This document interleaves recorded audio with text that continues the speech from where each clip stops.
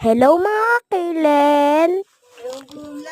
Yan nga po, may binili nga po si Mama dyan ng nata de coco. Siyempre, yan tuwang-tuwa ang iyong Kailen. Okay yan. Binubuksan ko na nga pala. Yung di ko pa alam, may buksanan pala dyan.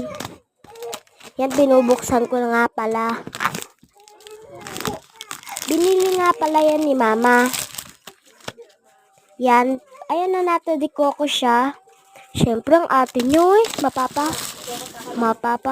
wow na lang.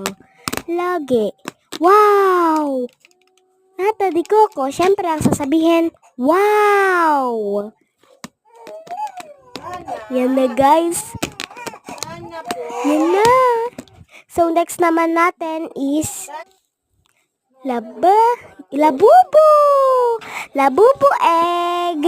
Siyempre guys, di yan mawawala sa akin. Siyempre, titikman ko yan. Yan. Yan, bubuksan na natin. Kasi binili yan kanina ni Mama. Siyempre, binili yan ni Mama. Napabigla ko. Wow. Kaya punta mo rito yung kwan, bulak, saka petroleum. Uli mo na isang Yan. Yan, tuwang-tuwa ako, oh. Ha? May nakaisip ako. May nabuksan na nga po pala ako niyan. Tapos may chocolate po sa loob. Ano po, nasa rep po. Ayun po.